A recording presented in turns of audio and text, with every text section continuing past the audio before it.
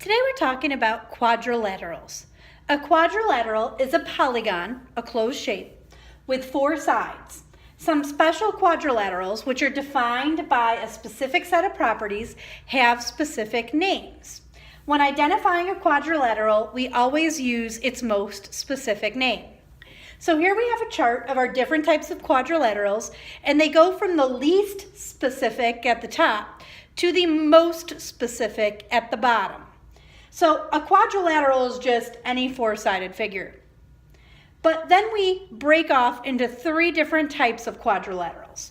We have the trapezoids, which are still four-sided, but have exactly one pair of parallel sides. So if the sides were extended, these two sides here in this one would still be parallel. So one set of parallel sides is a trapezoid. We have parallelograms, which have two sets of parallel sides. Opposite sides are parallel, and opposite sides are also congruent. They are equal in length. And then we've got kites. Kites have four sides, and they also have two pairs of congruent sides. So these two short sides are equal, and these two long sides are equal. So it's not the opposite sides that are congruent, it's the adjacent sides that are congruent. Then we have a couple of specific types of parallelograms. So parallelograms break into two. We've got our rectangles, which have all the characteristics of a parallelogram, along with having four right angles. We have rhombuses, which have all the characteristics of a parallelogram, except they also have four congruent sides, four equal sides. And then our most specific type of parallelogram is the square. The square is a parallelogram with all the characteristics of the rectangle and the rhombus. So it has four right angles and four congruent sides. When we're identifying or classifying our quadrilaterals, we want to look for specific clues that tell us what type of quadrilateral it is. So in this case, I see the tick marks, which are telling me that I've got four equal sides, and I see the right angle symbol. So four right angles and four equal sides, this must be a square.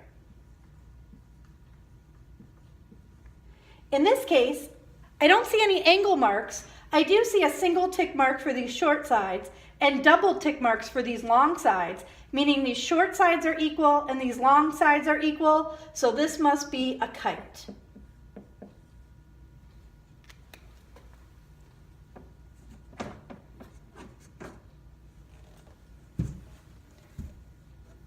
The sum of the angle measures in a quadrilateral add up to 360 degrees.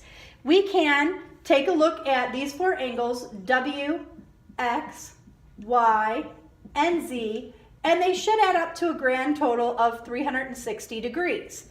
If I take any quadrilateral and I draw a diagonal between the two angles that are not adjacent, you can see that any quadrilateral is made up of two triangles. And if I add up the sum of two triangles, interior angles, 180 and 180, I'll see that it's also 360 degrees. So let's try to find the value of X here. I know three of the angles. I have a 115 degree angle, a 70 degree angle, a 75 degree angle, and a missing angle called X.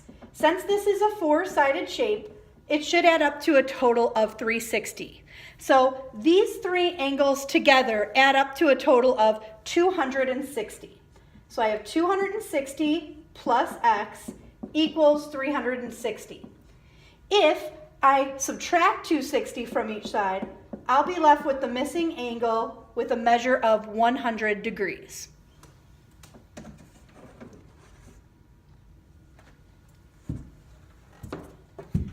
Now I'm going to construct a parallelogram with a 60-degree angle and a 120-degree angle. So I need my protractor, and I'm going to start by drawing a straight line for the base of my parallelogram. Now I need a 60-degree angle and a 120-degree angle. I'm going to start with the larger one. So I'm going to use this corner as my vertex for the 120-degree angle.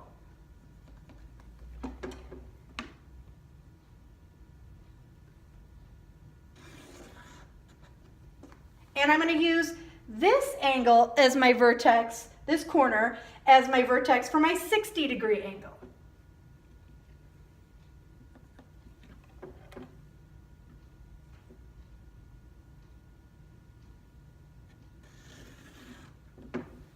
Now when I was drawing triangles, I only needed to construct 2 angles and then just connect that last side. But in a quadrilateral, I need to find a 3rd angle in order to connect all of my sides. So in a parallelogram, the opposite angles are equal. So here I had a 120, this is going to be a 120. Here I had a 60, this angle is going to be a 60. So I'm going to construct this 60-degree angle. So I'm going to use this corner as my vertex.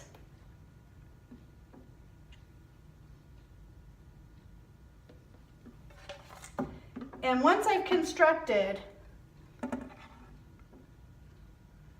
moment here,